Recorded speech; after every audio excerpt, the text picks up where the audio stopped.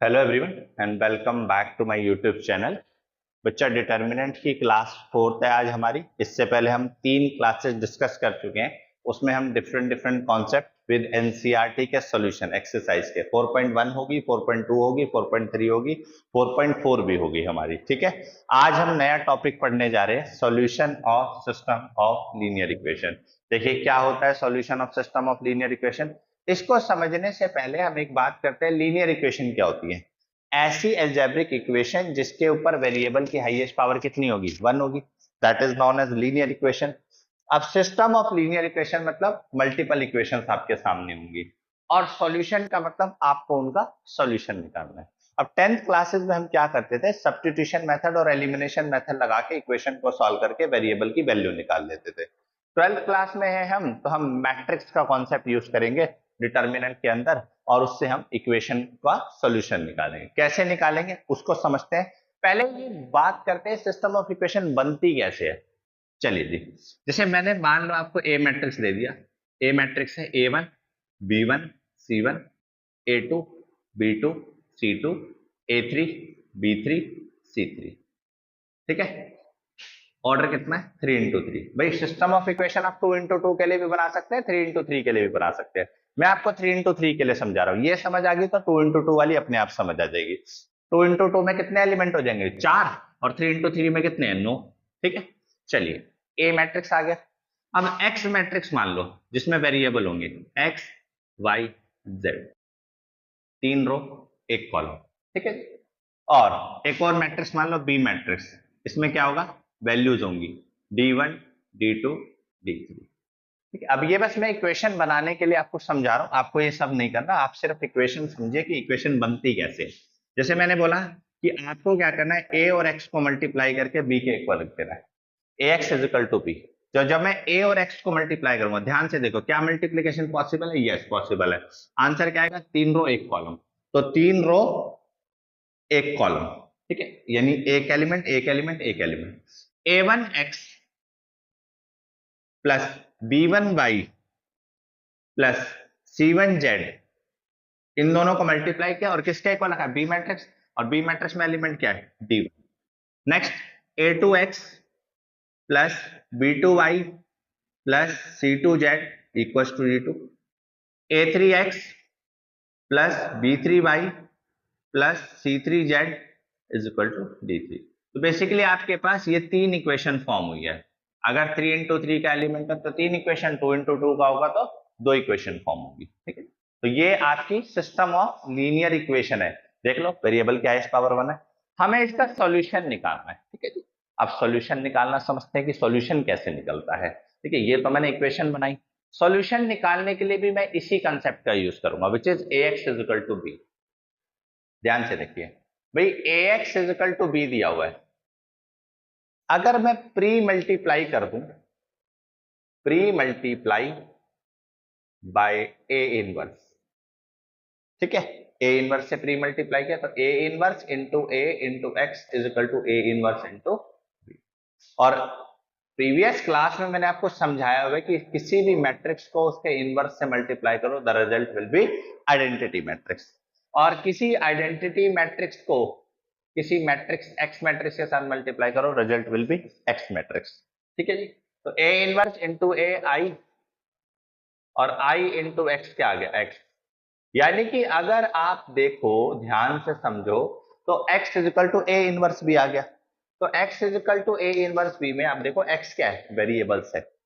A inverse क्या है, matrix दिया होगा, इनवर्स निकाल लेना, उसको किससे मल्टीप्लाई कर देना, बी से मल्टीप्लाई कर देना। तो ये जो मेथड होता है system of solution of linear equation निकालने का, उसे कहते हैं मैट्रिक्स मेथड। प्री मल्टीप्लाई भी कर सकते हैं, पोस्ट मल्टीप्लाई भी कर सकते हैं।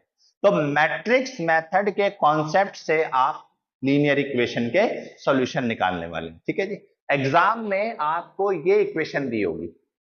ठीक है, आप उसमें से मैट्रिक्स निकालेंगे। अब मैट्रिक्स कैसे निकलेगा, coefficient will become the elements of the matrix and the variable will become X matrix and the part which is on the right side will become your B matrix. तो ये B matrix को represent करेगा, element A matrix को represent करेंगे। तो ए matrix का inverse निकालना हमने पहले भी सीखा हुआ है, उसी तरीके से इनवर्स निकालेंगे और उसको बी मैट्रिक्स से मल्टीप्लाई करेंगे, हमारे पास किसकी वैल्यू आ जाएगी, वेरिएबल की वैल्यू आ जाएगी। बोलो यहां तक बात समझ आई? ठीक है, लॉजिक क्लियर हुआ? ये कॉन्सेप्ट आपको पता होना चाहिए कि इक्वेशन कहां से आई और इक्वेशन को सॉल्व कैसे किया जाता है सॉल्यूशन निकालने के लिए। अब अगर हम बात करें सॉल्यूशंस की, तो सॉल्यूशन जनरली हमने 10th क्लास में भी पढ़ा, तीन टाइप के सॉल्यूशन होते हैं।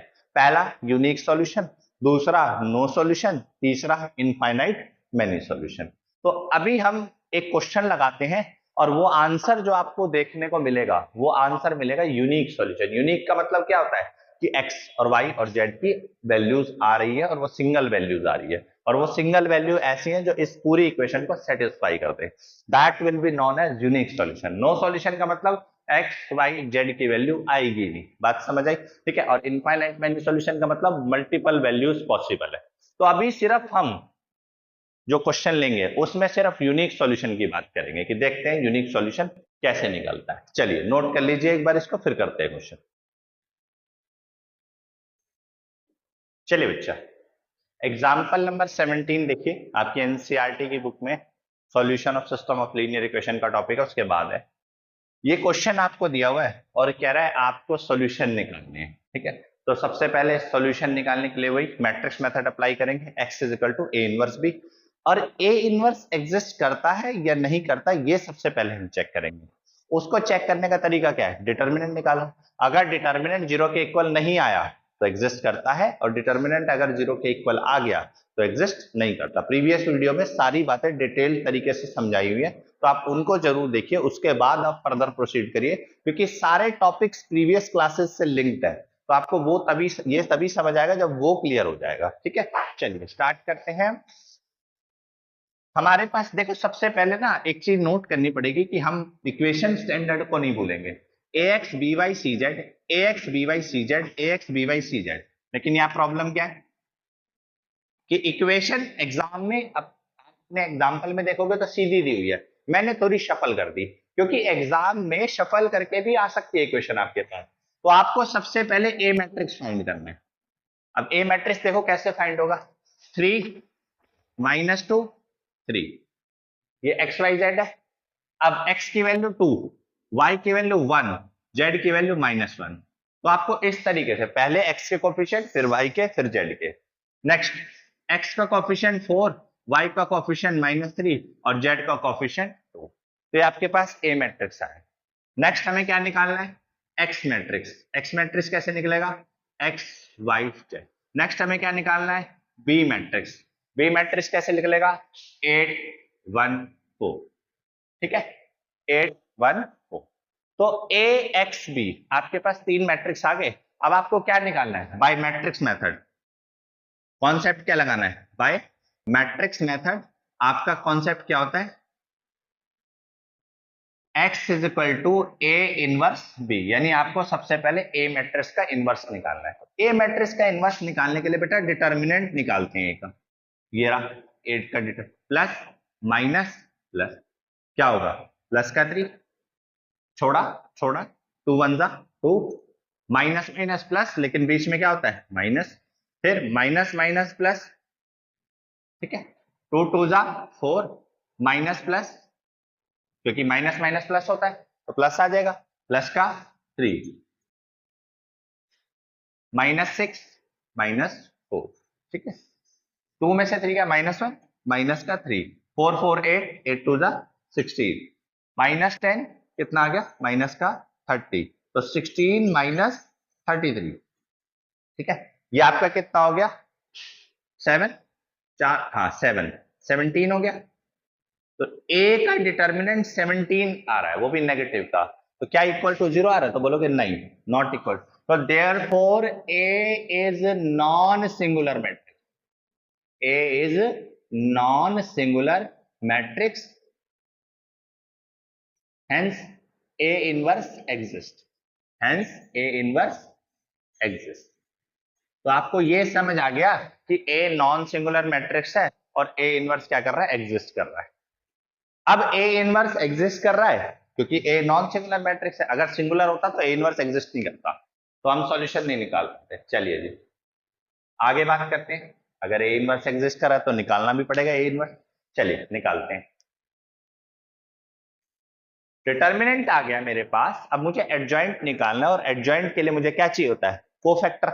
चलिए कोफैक्टर निकालते हैं। A11 -1 की पावर 1 + 1 M11 पॉजिटिव, ठीक है। पहली रो छोड़ी पहला कॉलम छोड़ा, पहली रो छोड़ी पहला कॉलम छोड़ा, 1 -1 -3 2, ठीक है। 2 1 जा 2 और माइनस माइनस प्लस, लेकिन बीच में क्या आएगा माइनस, तो आंसर आएगा -1। फिर A12 -1 की पावर 1 + 2 M12 -M12 -12, पहली रो छोड़ी दूसरा कॉलम छोड़ा, 2 -1 4 2 2 -1 4 2 2 2 जा 4 माइनस माइनस प्लस, आंसर आएगा -8, ठीक है। उसके बाद A13 -1 की पावर 1 + 3 M13 पहली रो छोड़ी तीसरा कॉलम छोड़ा, पहली रो छोड़ी तीसरा कॉलम छोड़ा, 2 1 4 -3 2 1 4 -3 -6 -4, कितना आ जाएगा -10। नेक्स्ट A21, अब ये सारी बातें मैंने आपको प्रीवियस वीडियो में समझाई हुई है, तो थोड़ा सा यहाँ पे मैं ये मान के चलूंगा कि आपने ये सब पढ़ा हुआ है, तो इसलिए ऐसे ही एक्सप्लेन करूंगा। तो अगर आपको एक्सप्लेनेशन कंप्लीट चाहिए तो आप प्रीवियस वीडियो जरूर देखिए, ठीक है। माइनस का M21 दूसरी रो छोड़ी पहला कॉलम छोड़ा, क्या बचा माइनस का 2 3 -3 2, बार तो माइनस रहेगा ही, माइनस का 4 माइनस माइनस प्लस का 3 3 9, ये बचा 5, आंसर कितना है -5।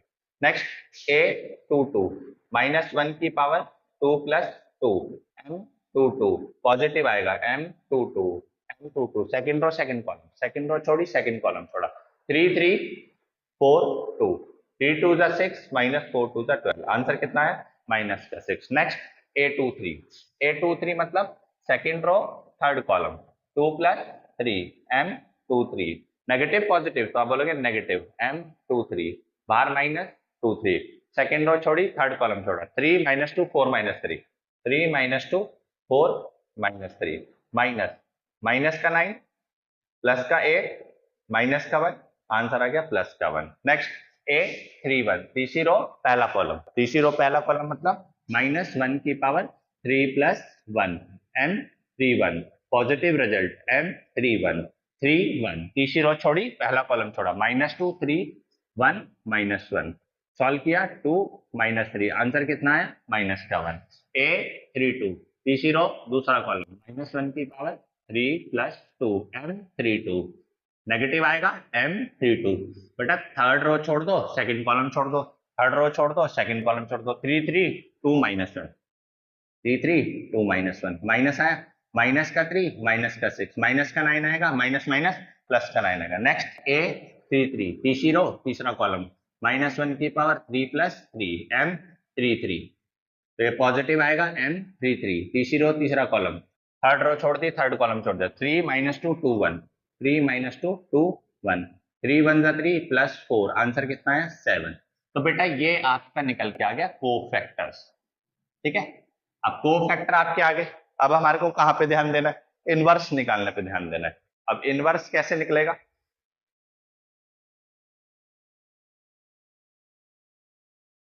ठीक है, ये हमारे कोफैक्टर आ गए। अब इनवर्स कैसे निकलेगा भाई, आ जाइए। ए इनवर्स का फॉर्मूला क्या होता है, 1 में determinant of A into adjoint of A. A inverse का फॉर्मूला होता है 1 में determinant of A into adjoint of A. 1 में डिटर्मिनेंट ऑफ ए कहां पे -17, adjoint of A. Adjoint of A बेटा कैसे निकलता है, तो जो आप कोफैक्टर निकालते हो उसका ट्रांसपोज करके लिख दो, वो एडजॉइंट ऑफ ए निकलता है। अब कोफैक्टर क्या है, A11 यहाँ आ गया -1, अब A12 आना तो यहाँ चाहिए था, लेकिन यहाँ लिखा क्यों, क्योंकि ट्रांसपोज हो चुका है, -10, next -5, next -6, next 1, next -1, next 9, next 7, तो ये आपका इनवर्स आ गया। अब by matrix method x = A inverse into B। A inverse कितना होता है, -1/17 -1 -5 -1 -8 -6 9 -10 1 7, इसको किससे मल्टीप्लाई करना है? बी मैट्रिक्स से, 8 1 4। ठीक है, क्या मल्टीप्लीकेशन पॉसिबल? ऑब्वियस सी बात है, पॉसिबल होगी ही। तो इसको जरा सॉल्व करते हैं। आंसर क्या आएगा? देखो 3 रो 3 कॉलम, 3 रो 1 कॉलम, आंसर आएगा 3 रो 1 कॉलम, यानी 1 2 3 और 1 कॉलम आएगा। ठीक है, यानी एक्स वाई जेड की वैल्यू, भाई ये क्या है? X matrix. चलिए मल्टीप्लाई करते हैं। माइनस का 8, माइनस का 5, माइनस का 4, माइनस का 64, माइनस का 6, प्लस का 36, माइनस का 80, प्लस का 1, प्लस का 28। तो x is equal to minus का 1/17, क्या आएगा? 9 और 8 और 8 16 17, माइनस का 17 आ गया। ठीक है, 70 और माइनस का 70 प्लस का 36, तो 10 में से 6 गया 4 और 6 में से 3 गया 3, तो आएगा माइनस का 34। ठीक है, तो 80 हो गया 28, 28 हो गया 62। ठीक है, 62 हाँ 52, और 52 माइनस का है तो ये हो गया माइनस का 51। एग्रीड? 3 row 1 column. अब ध्यान से समझो, एक्स मैट्रिक्स आपका क्या था? X y z, x y z, और इसको डिवाइड कर देते हैं माइनस का 17 से, तो आंसर आएगा 1 2। तो therefore x is equal to 1, y is equal to 2 और z इज इक्वल टू, तो ये आपका यूनिक सॉल्यूशन आ रहा है, ये आपका यूनिक सॉल्यूशन आ रहा है, और इसे आप कंसिस्टेंट भी कहेंगे। यूनिक सॉल्यूशन और कंसिस्टेंट। कंसिस्टेंट क्या होता है? एक या एक से ज्यादा सॉल्यूशन। इनकंसिस्टेंट क्या होता है? No solution. तो ये कंडीशन जो है यूनिक सॉल्यूशन और कंसिस्टेंट की। ठीक है, चलिए एक बार इसको नोट कर लीजिए, उसके बाद बात करते हैं।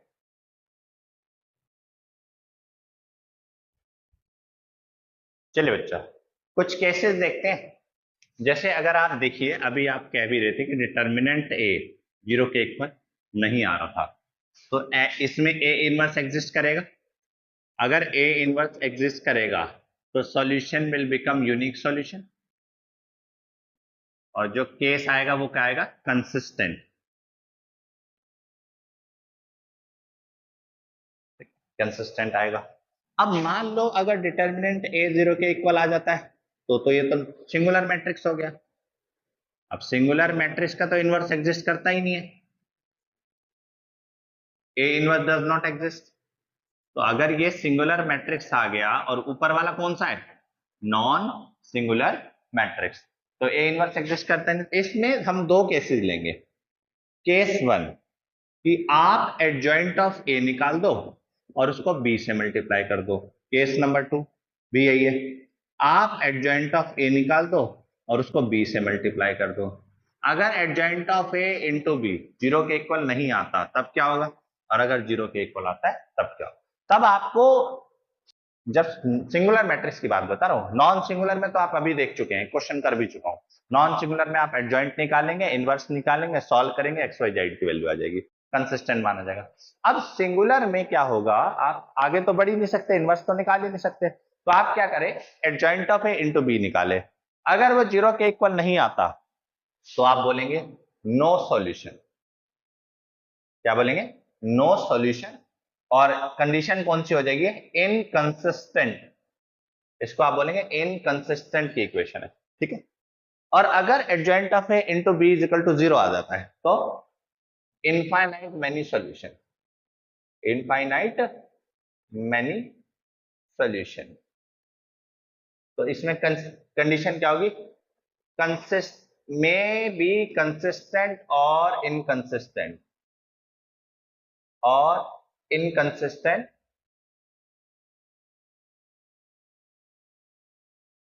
क्योंकि ये भी यही केस कहता है इनफाइनाइट मैनी सॉल्यूशन और नो सॉल्यूशन, डिपेंडिंग अपॉन कि आपका कैसा आ रहा है केस, मे बी कंसिस्टेंट और इनकंसिस्टेंट। तो कंसिस्टेंट भी हो सकता है और इनकंसिस्टेंट भी हो सकता है। ठीक है, तो आपके सामने बेसिकली 3 केस हैं, case number 1, case number 2, case number 3, जिसमें ये 2 फर्दर केस आ गए।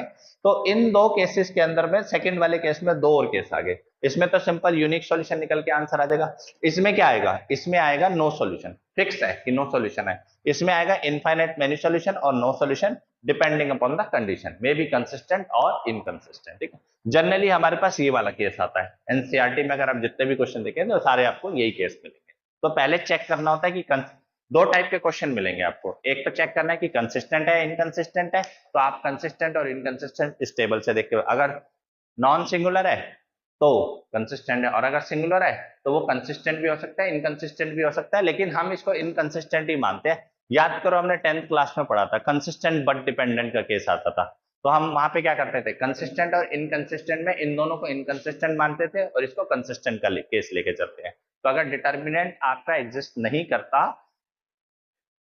Does not inverse does not exist, determinant zero आता है, तो आप इनकंसिस्टेंट बोल देंगे, अदरवाइज क्या बोलेंगे, कंसिस्टेंट बोलेंगे। इसके कुछ क्वेश्चन करते हैं तो आपको ज्यादा क्लैरिटी होगी। चलिए नोट कर लीजिए।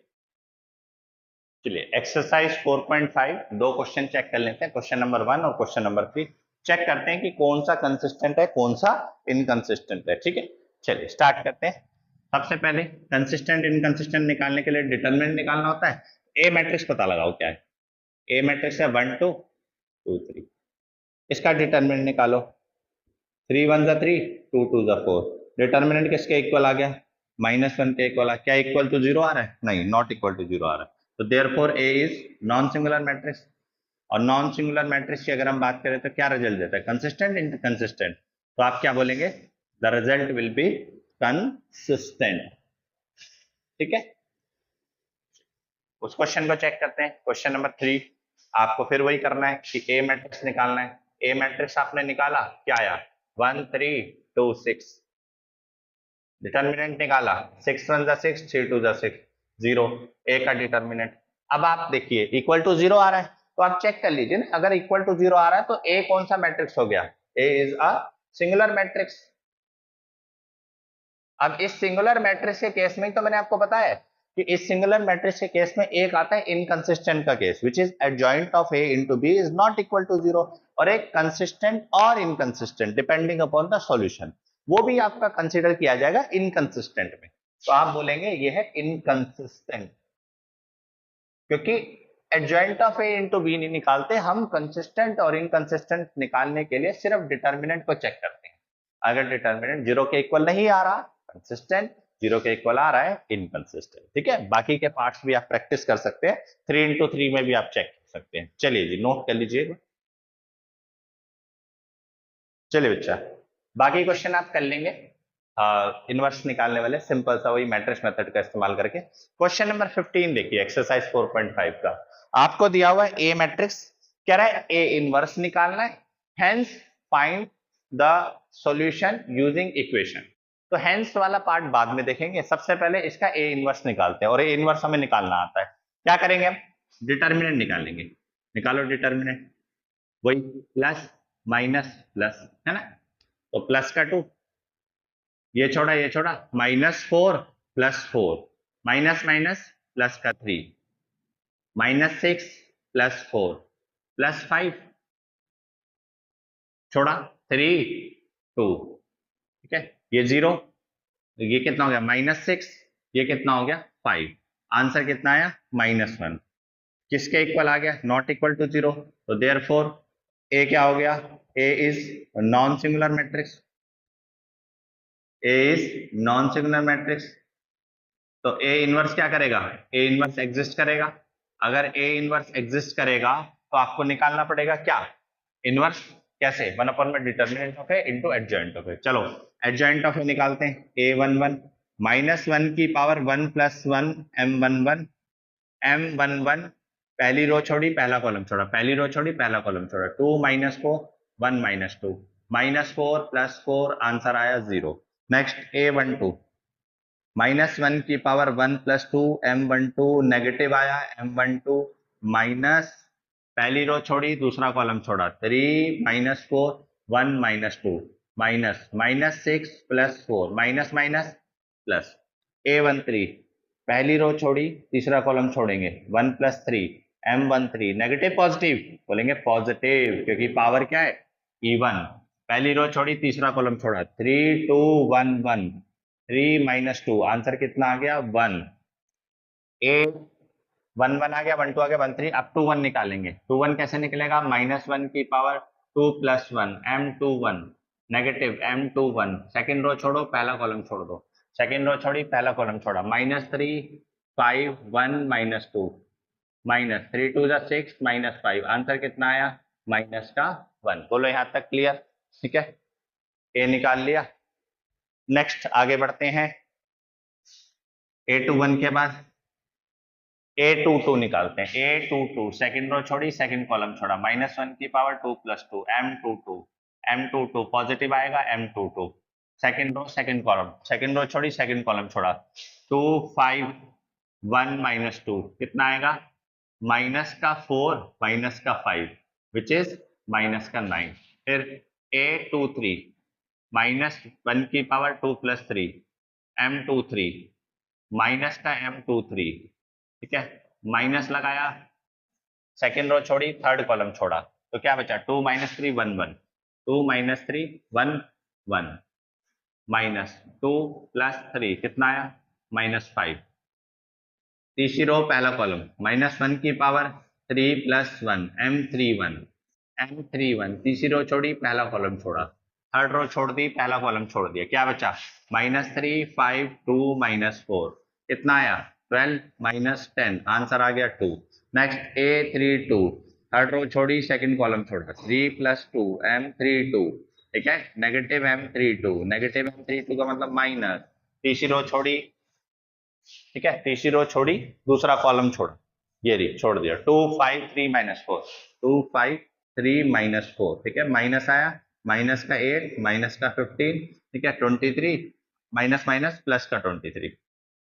नेक्स्ट A33 तीसरी रो छोड़ी तीसरा कॉलम छोड़ा, -1 की पावर 3 + 3 M33 मतलब पॉजिटिव में आएगा M33, थर्ड रो छोड़ दो थर्ड कॉलम छोड़ दो, जो बचे हुए एलिमेंट लिख लो, तीसरी छोड़ तीसरा कॉलम, 2 - 3 3 2 2 - 3 3 2 2 2 4 + 3 3 9 9 + 4 कितना हो गया 13। तो ये आपके पास A33 भी आ गया, ठीक है। अब A33 आ गया, नेक्स्ट हमें क्या निकालना है, इनवर्स निकालना है। तो इनवर्स निकालने के लिए फॉर्मूला क्या होता है, 1/, determinant of A × adjoint of A। A inverse is equal to 1/, determinant of A × adjoint of A। तो A inverse is equal to determinant of A कितना बच्चा -1, एडजॉइंट ऑफ A कितना है। अब एडजॉइंट ऑफ A अभी आपको मैंने समझाया कि ट्रांसपोज करना होता है कोफैक्टर का, तो कोफैक्टर जो पोजीशन में लिखे होता है उसका ट्रांसपोज कर दिया करो। तो 1 1 का है 0। अब देखो 1 2 हमें यहां लिखना चाहिए था, लेकिन हम यहां लिखेंगे क्योंकि ट्रांसपोज करके लिख रहे हैं। फिर उसके बाद 1, फिर उसके बाद -1, नेक्स्ट -9, नेक्स्ट 2, नहीं सॉरी -5, फिर 2 23 13 2 23 30, माइनस अंदर मल्टीप्लाई कर देंगे तो A इनवर्स आ गया, 0 1 -2 -2 9 -23 -1 5 -13। तो ये आपका A इनवर्स आ गया। एग्रीड, यहां तक बात समझ आई। अब इसके बाद वो आपसे कह रहा है फर्दर, पहले इतना नोट कर लो, उसके बाद फिर फर्दर प्रोसीड करते हैं कि क्या करना है। चलिए अब करना क्या है इसमें, आपको इनवर्स निकाल लिया, अब आपने अब XYZ निकालना है। XYZ कैसे निकलेगा, देखिए मैट्रिक्स मेथड में होता है formula X = A inverse B।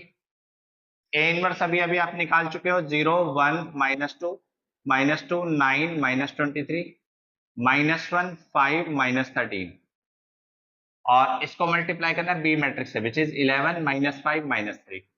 Agreed, multiply कर लेते हैं। जैसे ही मल्टीप्लीकेशन करूंगा, ये 0, ये -5 माइनस माइनस +6, ये माइनस का 22, ये माइनस का 45 माइनस माइनस प्लस का 69, ये माइनस का 11, ये माइनस का 25, ये माइनस माइनस प्लस का 39। ठीक है, सिंप्लीफाई करते हैं। x इज इक्वल टू, ये कितना हो गया प्लस का 1, ये कितना हो गया 5 7 69 माइनस 67 प्लस 69, ये कितना हो गया 5 और 1 6 माइनस 36 प्लस 39। चलिए फाइनल आंसर क्या आया 1 2 3, फाइनल आंसर आया 1 2 3। एक्स मैट्रिक्स, एक्स मैट्रिक्स में एक्स क्या है 1, वाई क्या है 2, जेड क्या है 3। तो this is your final answer. ठीक है, चलिए नोट कर लीजिए। आज के लिए बच्चा इतना ही, मिलते हैं अगली क्लास में। पढ़ते रहिए तब तक, ठीक है। क्वेश्चंस लगाते रहिए, जो रिमेनिंग क्वेश्चन आपके बचते हैं वो आपके प्रैक्टिस के वक्त क्वेश्चन है। समझ जाते हैं क्वेश्चन, लेकिन लगाना भी इंपॉर्टेंट होता है, क्योंकि जब आप क्वेश्चन लगाएंगे तब आपको पता चलेगा कि कहाँ पे आप मिस्टेक कर रहे हैं। हल्की सी प्लस माइनस की मिस्टेक, आपके सोल्यूशन गलत आएगा। ठीक है, चलिए बच्चा आज के लिए इतना ही। Bye bye, take care, over and out. मिलते हैं अगली क्लास में।